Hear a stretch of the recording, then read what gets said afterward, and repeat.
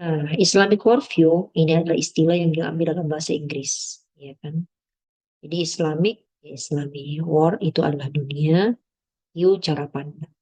Jadi kalau kita tarik garis pemahaman tentang materi ini adalah materi yang menjelaskan kepada kita bagaimana harusnya seorang muslim itu memandang dunia.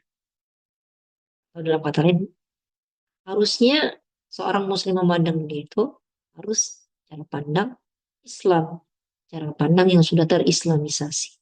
Itu kurang lebih ya dari materi Islamic Worldview. Kita beranjak dari kata why. Kenapa? Apa sih pentingnya kita memahami materi ini? Tentu adanya materi ini dari beranjak keresahan latar belakangnya. Fenomena di zaman ini kita sedang menghadapi di mana Islam itu sedang krisis, ya sedang krisis identitas, sedang krisis pemikiran. Banyak sekali kita dapati orang yang katanya Islam, dia mengaku Muslim, terlihat misal dari koko, baju koko, sarungan, ya, atau pecian itu kan ini ya wajah Islam. Tapi cara berpikirnya, cara pikir yang kebarat-baratan, ya. Nah ini secara spesifiknya cara berpikirnya yang sudah disusupi oleh paham-paham yang cenderung salah, yaitu ada paham liberalisme, paham sekularisme, paham pluralisme, feminisme, dan seterusnya. Ini adalah paham-paham doktrin pemikiran yang keliru, dan ini sudah masuk secara halus terhadap pemikiran-pemikiran orang Islam. Dan ini kan keliru ya. Maka mudah-mudahan dengan kita memahami Islam worldview dengan baik, kita bisa membentengi diri, membentengi keluarga kita, orang-orang sekitar, supaya tidak tersusupi oleh ideologi-ideologi yang salah ini. Apa sih contohnya? Ini contoh ya, di antara contohnya. Dia mengatakan, ya, paham liberalisme. Katanya semua agama sama, menuju Tuhan yang sama. Nah, ini kan sebuah kalimat yang manis, ya. Katanya manis, tapi kelirunya besar. Cacatnya besar dari kata-kata ini. Nah, coba kita bedah ya. Nah, dari dulu umat kita atau Indonesia, negara kita di Indonesia, ini sudah sepakat tentang toleransi, tentang menghargai setiap perbedaan jelas, ya kan? Ketika bahkan ada Bhinneka Tunggal Ika, ya, terus kita selalu menggaungkan tentang kita itu berbeda-beda, tapi kita satu. Itu jelas tuh kata itu berbeda. Ketika ada yang mengatakan ini jelas keliru, katakan semua agama sama, menuju Tuhan yang satu jelas keliru. Jelas kita beda agama, kita Tuhan juga kita beda, ya. Umat Islam ya itu kita meyakini bahwa Tuhan itu Allah, Tuhan yang tunggal, Tuhan yang esa. Mungkin kalau dalam agama lain punya Tuhan masing-masing. Jadi kan bagaimana sikap kita dalam beragama, dalam bangsa, saling menghargai, saling toleransi. Ketika misalnya umat Islam sedang merayakan atau sedang beribadah, maka kita hargai. Ataupun sebaliknya, ya, kita sebagai seorang Muslim, ada misalnya agama lain bisa sedang menjalankan ibadah, kita hargai. Kita kita tidak boleh mencela Tuhan mereka dan seterusnya. Nah ini juga dilarang. Kita harus proporsional menempatkan sesuatu pada tempatnya. Ini jelas statementnya salah. Ya, statementnya keliru. Terbantah sejak negara kita berdiri. Oke, yang kedua coba contohnya. Ciptakan manusia yang Qurani dan humanis. Sama nih, terkesannya manis, terkesannya indah kata-katanya. Padahal sebenarnya ini adalah dua kata yang bertolak ke belakang. Manusia yang Qurani, ya, manusia yang Qurani tentu jelas. Ini kaitan dengan agama Islam ya, yaitu Quran dia mengamalkan ajaran agama Islam yang termaktub dalam Quran dan disempurnakan dalam hadis, penjelasan para ulama. Ini jelas. Nah, humanis. Ini humanis kan tadi kita harus merujuk kepada katanya. Ya, humanis ini berasal dari kata English. Nah, apa arti humanis? Harus kritis terhadap kata-kata. Humanis, kalau merujuk kepada penjelasan dari kamus, ya, kamus-kamus Oxford gitu ya. Nah, humanis ini secara sederhananya, secara singkatnya adalah filsafat hidup seseorang yang menjalani kehidupan tanpa kepercayaan atau mereka tidak memiliki teisme, yaitu kepercayaan terhadap agama. Nah, ini jelas keliru nih, ya kan? Dua hal yang berbeda, ya beragama Islam.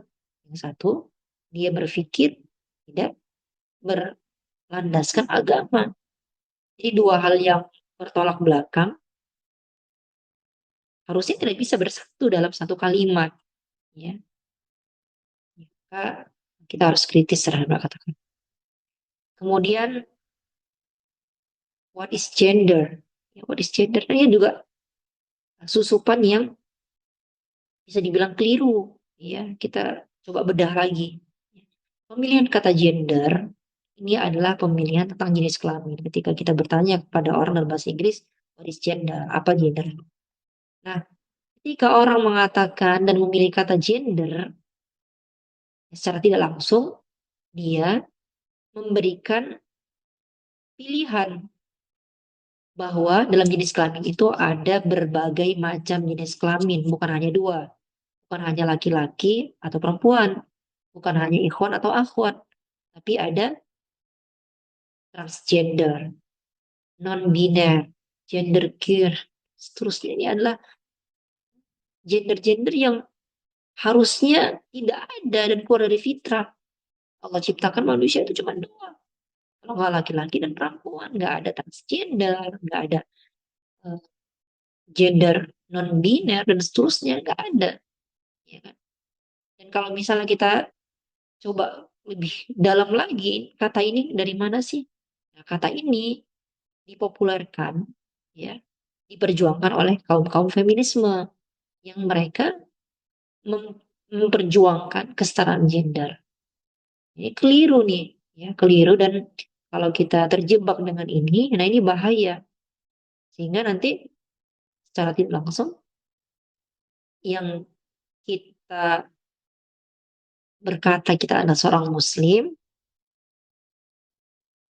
tapi kita menormalisasi tentang bahwa dalam hidup ini ada beberapa gender. Nah ini juga keliru ya.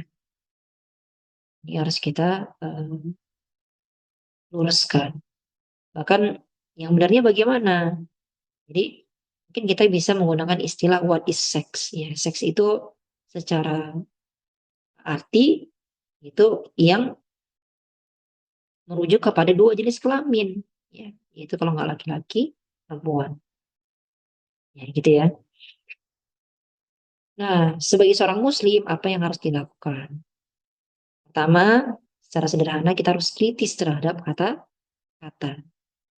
Kritis terhadap word. Ya. Setiap kata-kata harus kritis. Karena kata-kata itu akan membentuk kalimat, dan kalimat akan membentuk narasi. Narasi ini akan membuat makna. Dan makna ini akan membuat orang terperdaya, orang ikut, orang ke bawah arus dari bermula dari apa? Dari kata-kata. Nah, kita harus kritis dari akarnya dulu untuk kata-kata. Kemudian kita waspada, ya waspada, antisipasi terhadap apa ilmu yang telah diibaratkan. Karena apa? Karena pada faktanya ilmu yang telah diibaratkan ini adalah ilmu yang secara pengalaman, ya, secara data, ilmu peradaban yang diibaratkan selalu melahirkan penjajahan, ketimpangan sosial, kerusakan alam, dan lain-lain. Terbalik dengan peradaban Islam yang menawarkan untuk terciptanya rahmat di seluruh alam. Kita bisa saksikan contohnya misalnya di Andalusia yang ditaklukkan oleh Tariq bin Ziyad. Situlah lahirlah pembaruan-pembaruan yang kemudian membawa pembaruan dalam peradaban. Lebih spesifiknya, pembaruan dalam pengetahuan, ekonomi, seni, artistik, dan lain-lain. Cuman yang pengen Anda sampaikan adalah ketika kita menawarkan tentang peradaban Islam, kita bukan ingin kita ingin sampaikan kepada dunia bahwa Islam itu melahirkan keadilan sosial. Islam itu adil terhadap seluruh umat manusia, gitu ya. Islam itu nggak kolot kok, gitu kan. Islam itu malah bisa terbukti di zaman Itar bin Ziyad. Ini pengetahuan, ekonomi semakin maju, seni-seni berkembang, arsitek terus mengalami pembaruan, dan seterusnya. Ini jadi challenge bersama, ya, challenge bersama yang sedang terjadi fenomena di zaman sekarang. Yang pertama, loss of adab.